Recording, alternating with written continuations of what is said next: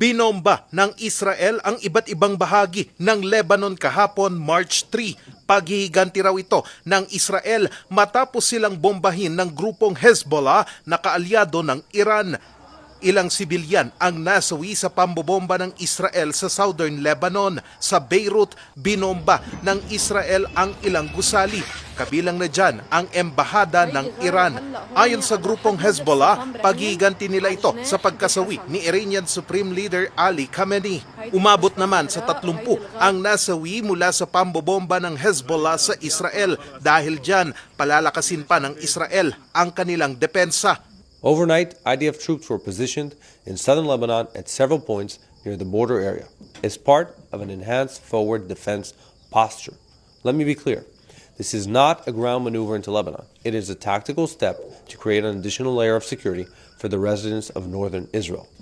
Overnight, we carried out a series of preventive strikes on Hezbollah military infrastructure across Lebanon in order to neutralize the continuous fire towards our civilians.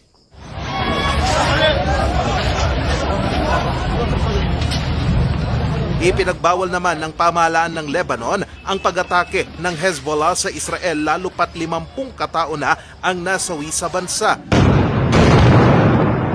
Ang Iran naman patuloy pa rin ang pambobomba sa Israel at iba pang base militar ng Estados Unidos sa Middle East.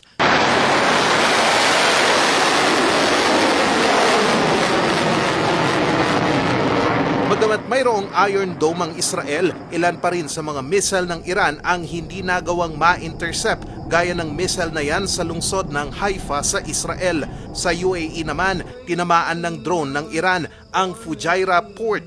Tinamaan din ang US Consulate sa Dubai habang tinamaan naman ng debris mula sa sumabog na Iranian drone ang Burj Al Arab.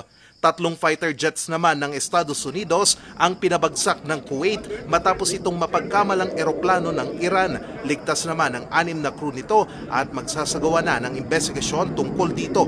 Sa Bahrain naman, sunod-sunod na tinamaan ng missile ang base militar ng Estados Unidos.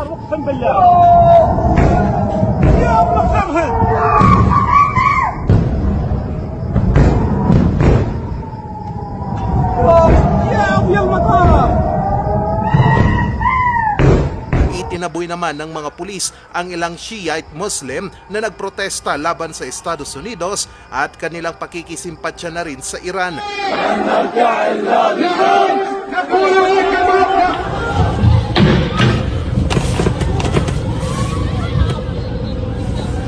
Ang ilang demonstrador nambato ng Molotov laban sa mga pulis.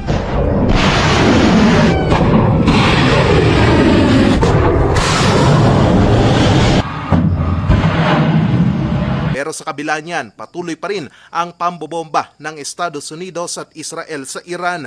Sa bagong video na inilabas ng US Central Command, pinasabog nila ang ilang Iranian drones. Ang ilang gusali sa Tehran, Iran, isa-isang gumuho sa mga missile at airstrike ng Israel at Estados Unidos.